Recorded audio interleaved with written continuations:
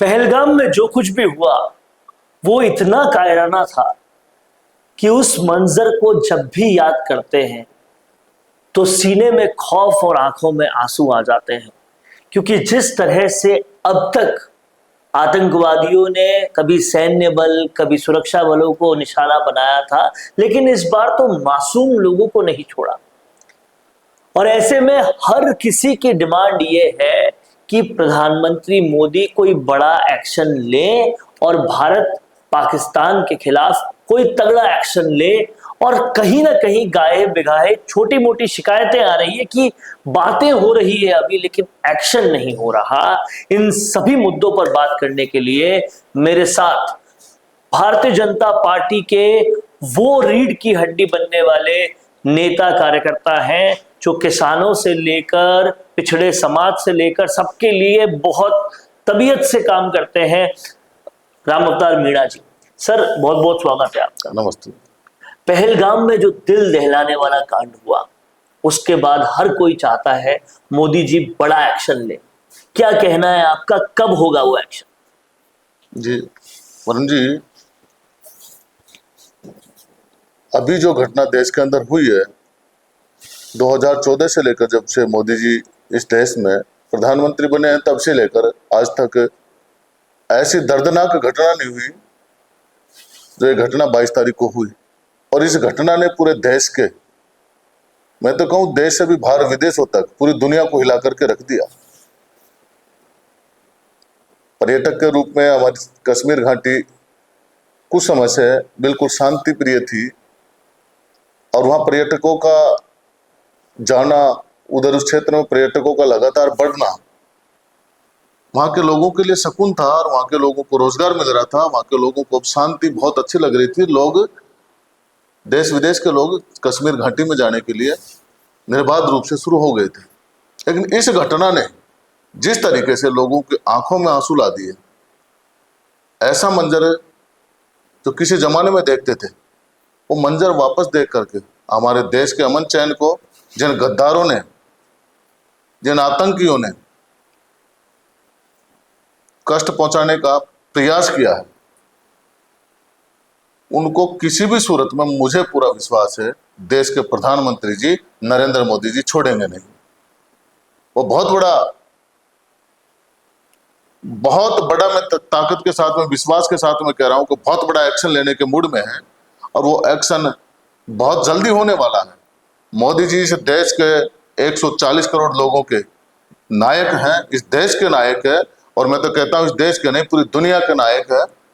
मोदी जी के एक्शन से, उन्होंने जिस तरीके से विदेश की धरती पर वो यात्रा के लिए गए थे, लेकिन देश के अंदर दर्दनाक घटना को देखते ही उन्होंने सारे कार्यक्रम स्थगित कर दिए और देशवासियों की चिंता करते हुए वापस देश लौटे और आकर के उन्होंने इस विषय पर चिंता की और जिस तरीके से उन्होंने अपना बयान जारी किया, वो बयान ही बहुत है पाकिस्तान को डराने के लिए, पाकिस्तान से लोहा लेने के लिए।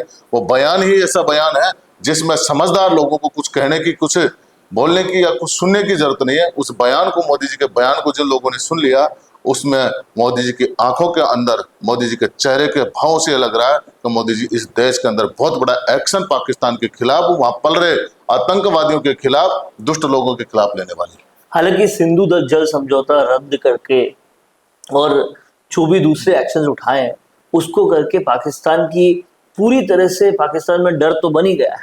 पाकिस्तान का शेयर मार्केट बहुत बुरी तरह से क्रैश किया। उसके अलावा भूखे वो पहले ही मर रहे थे, प्यासे भी मार दिए। लेकिन इसके बावजूद भी एक और बहुत बड़े एक्शन की डिमांड है और कहीं ना कहीं ऐसा लग रहा है कि वो एक्शन होने वाला है। क्या लगता है आपको कि अगर ऐसा एक्शन होता है तो पूरे देश की क्या भावनाएं होंगी? जी, पाकिस्तान एक दुष्ट देश है और वहां के लोगों की जो मानसिकता है वो भाईचारे की, प्रेम की मानसिकता है ही नहीं। उनके ब्लड के अंदर बेईमानी है, दुष्टपन है।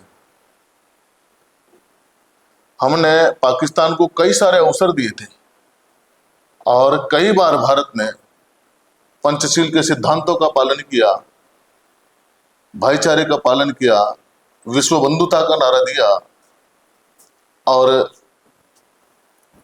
धर्म और जाति से ऊपर उठ करके मानवता के लिए काम करने का काम जैसे भारत देश ने किया, लेकिन फिर भी पाकिस्तान अपनी हरकतों से बाज नहीं आया। पाकिस्तान के अंदर किस तरीके की भूखमरी वहां फैली हुई है।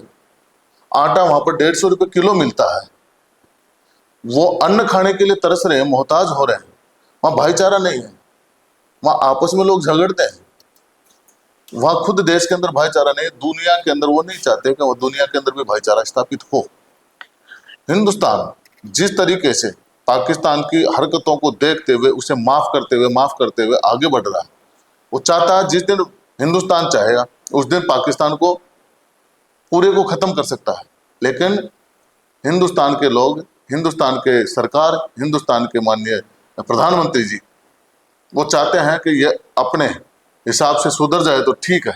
लेकिन पाकिस्तान जिस तरीके से हरकतें करके वहां आतंकवादियों को पाल करके हमारे जम्मू कश्मीर की घाटी में भेज करके वहां पर हमारे देशवासियों का जिस तरीके से कत्ल कर रहे हैं, जिस तरीके से हमारी शांति को चुनौती दे रहे हैं, वो माफ करने लायक नहीं है। और उस पर एक्शन होना हम देशवासियों की तरफ से मोदी जी से आग्रह करता हूं मैं पूरी तरीके से कि अब इस हरकत को किसी भी सूरत में माफ नहीं किया जाए और ईंट का जवाब पत्थर से नहीं लोहे से देने का आप प्रयास करें।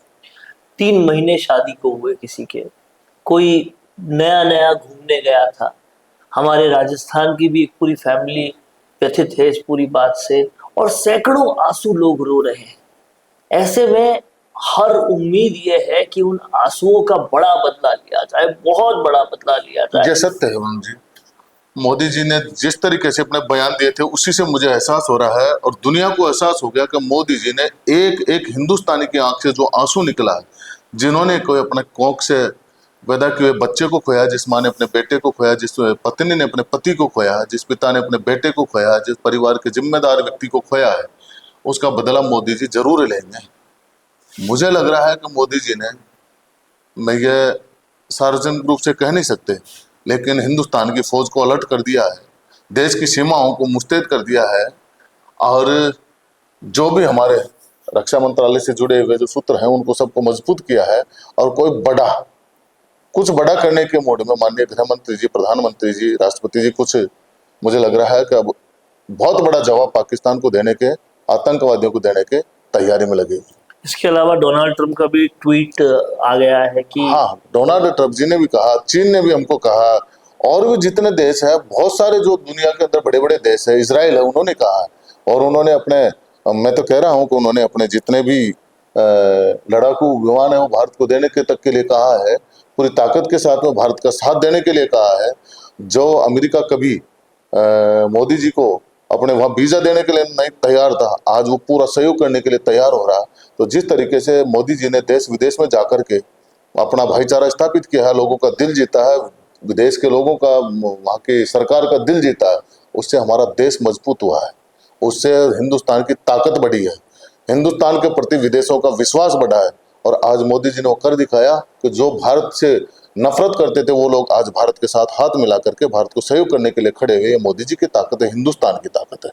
तो कहीं ना कहीं इस पूरे इंटरव्यू में राम अवतार जी ने ये स्पष्ट कर दिया है कि कुछ बड़ा तो होने ही वाला है, और जितना दुख हम सबके मन में है, जितने आंसू उन परिवारों के आंखों में थे, हम लोगों की आंखों में थे, ये सब कुछ देखकर उससे कई ज्यादा व्यथित हमारे प्रधानमंत्री भी हैं।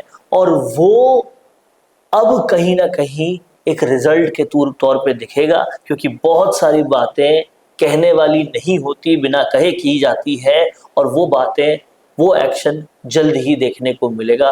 बहुत बहुत शुक्रिया राम अवतार जी हमसे बात करने के लिए। और कहीं ना कहीं हर हिंदुस्तानी की ये चाहत है कि अब कुछ बड़ा एक्शन होकर रहेगा। Thank you sir.